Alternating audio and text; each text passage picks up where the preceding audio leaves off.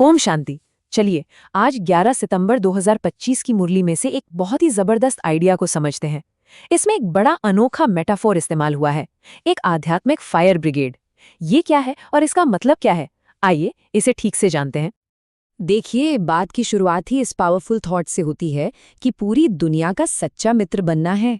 ये सिर्फ एक अच्छी बात नहीं है, बल्कि आगे जो भी कहा जाएगा ये उसकी फाउंडेशन है, उसकी नींव है। ये एक ऐसी सोच तैयार करती है जहां किसी से कोई दुश्मनी नहीं, सिर्फ सबके भले की भावना है। तो सवाल ये उठता है कि अगर मित्र बनकर मदद करनी है तो कैसे की जाए। देखिए, किसी की मदद करने से पहले प्रॉब्लम को समझना बहुत जरूरी है। इसलिए ये मुरली दुनिया की आज की हालत के एक स्पिरिचुअल डायग्नोसिस से शुरू होती है। दुनिया की हालत को बताने के लिए यहाँ बहुत स्पेसिफिक शब्द इस्तेमाल हुए हैं। पतित तमो प्रधान दुनिया। इसका सीधा सा मतलब है एक ऐसी दुनिया जो स्पिरिचुअली इम्प्योर है और एक तरह के अंधेरे में है। तो ये है स्टार्टिंग पॉइंट, एक डायग्नोसिस जो बताता है कि सल्यूशन की ज़रूरत क्यों है। और इंटरेस्टिंग बात यह है कि इस इम्प्योरिटी की जड़ भी बताई गई है, काम अग्नि। इसे एक सिंबल की तरह दिखाया गया है, एक ऐसी आग जो पूरी दुनिया में दुख फैला रही है, सबको जला रही है। तो यहाँ पर प्रॉब्लम एक आग है जिसे बुझाना होगा। अब देखिए, अगर दुनिया में एक सिंबॉलिक आग लगी है तो जाहिर है उसे बुझाने के लिए भी किसी न किसी की ज़रूरत तो पड़ेगी। और बस यहीं से वो पहचान और वो मिशन सामने आता है जिसकी बात इस मुरली में की गई है। और इसी पॉइंट पर एक बहुत डायरेक्ट सवाल पूछा जाता है, तुम कौन हो? ये एक बहुत गहरा सवाल है जो दुनिया की इस हालत के कॉन्टेक्स्ट में अपनी असली पहचान पर सोचने को कहता है। और जवाब कमाल का है, हम हैं फायर ब्रिगेड। ये सिर्फ कोई टाइटल नहीं है, ये एक मकसद के साथ, एक मिशन के साथ पूरी की पूरी आइडेंटिटी है। ये बताता है कि फॉलोअर्स को दुनिया के दुख को ख़त्म करने के लिए एक्टिव रोल लेना है। अच्छा, तो इस फायर ब्रिगेड का काम क्या क्या है? देखिए, इनका मिशन मल्टी लेयर्ड है। दुनिया से काम अग्नि को बुझाना, पवित्रता का मैसेज फैलाना, दिव्य गुणों को अपनाना और पिता के मददगार बनना। ये पूरी तरह से सेवा और ट्रांसफॉर्मेशन का मिशन है। ठीक है, मिशन तो समझ आ गया, पर इस फायर ब्रिगेड को पावर कहाँ से मिलती है? इस आग को बुझाने का तरीका क्या है? इसके लिए एक बहुत ही सिंपल लेकिन पावरफुल सॉल्यूशन बताया गया है। जो मूल इंस्ट्रक्शन है वो एकदम सीधा है, मुझ एक बाप को याद करो। ये जो प्रैक्टिस है जिसे याद कहते हैं, इसी को मेन सॉल्यूशन बताया गया है। आइडिया ये है कि एक सुप्रीम पावर यानी पिता पर फोकस करने से अंदरूनी शक्ति और पवित्रता मिलती है। और इस रास्ते की सिंप्लिसिटी पर बहुत जोर है।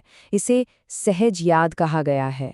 इसकी तुलना हठ योग जैसी मुश्किल प्रैक्टिसेस से की गई है।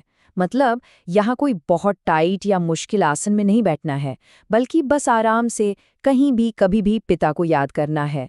और यही बात इस रास्ते को सबके लिए एक्सेसिबल बनाती है। तो ये याद आखिर काम कैसे करती है? यहीं पर योग अग्नि का कॉन्सेप्ट आता है। ये दुनिया को जलाने वाली काम अग्नि का काउंटर है, उसका जवाब है। योग अग्नि याद की प्रैक्टिस से पैदा होती है और ये माना जाता है कि इसमें पास्ट के पापों को जलाकर आत्मा को प्योर करने की शक्ति है। ओके, तो एक बार जब अंदर की शुद्धि का रास्ता मिल गया तो अगला स्टेप क्या है? अगला स्टेप है इस मैसेज को दुनिया तक लेकर जाना। मतलब इंटरनल प्रैक्टिस को एक्सटर्नल सर्विस में बदलना है।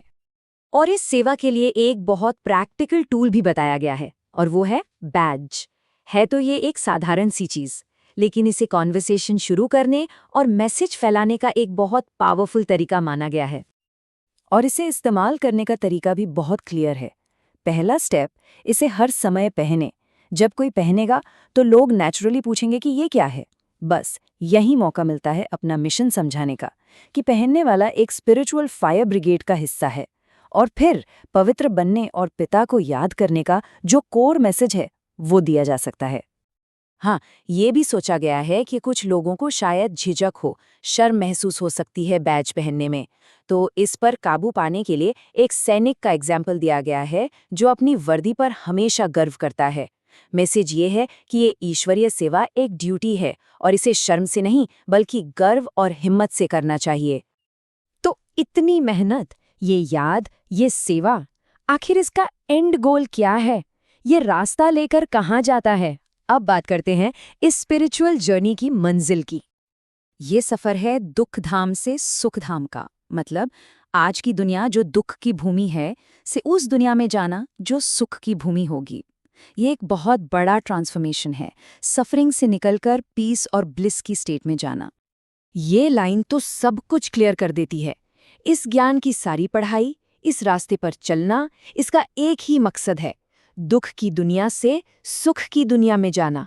ये एक बहुत ही क्लियर और इंस्पायरिंग गोल है। तो चलिए फटाफट से रिकैप करते हैं। ये रास्ता शुरू होता है दुनिया की प्रॉब्लम को काम अग्नि के रूप में पहचानने से। फिर एक आध्यात्मिक फायर ब्रिगेड की आइडेंटिटी अपनाई जाती है। इस ब्रिगेड का टूल है सहज याद का रास्ता, और इसका बाहरी मिशन है बैट जैसे टूल से सेवा करना। और इन सबका जो फाइनल डेस्टिनेशन है वो है सुखधाम। तो आखिर में ये एक सवाल मन में रह जाता है जिस पर सोचना चाहिए। दुख की दुनिया को सुख की दुनिया में बदलने की चाबी आखिर है क्या? ये मुरली बताती है कि चाबी एक अंदरूनी बदलाव में है, जो फिर बाहरी सेवा में दिखता है। और ये सब कुछ एक दिव्य सोर्स की याद पर टिका है। ओम शांति।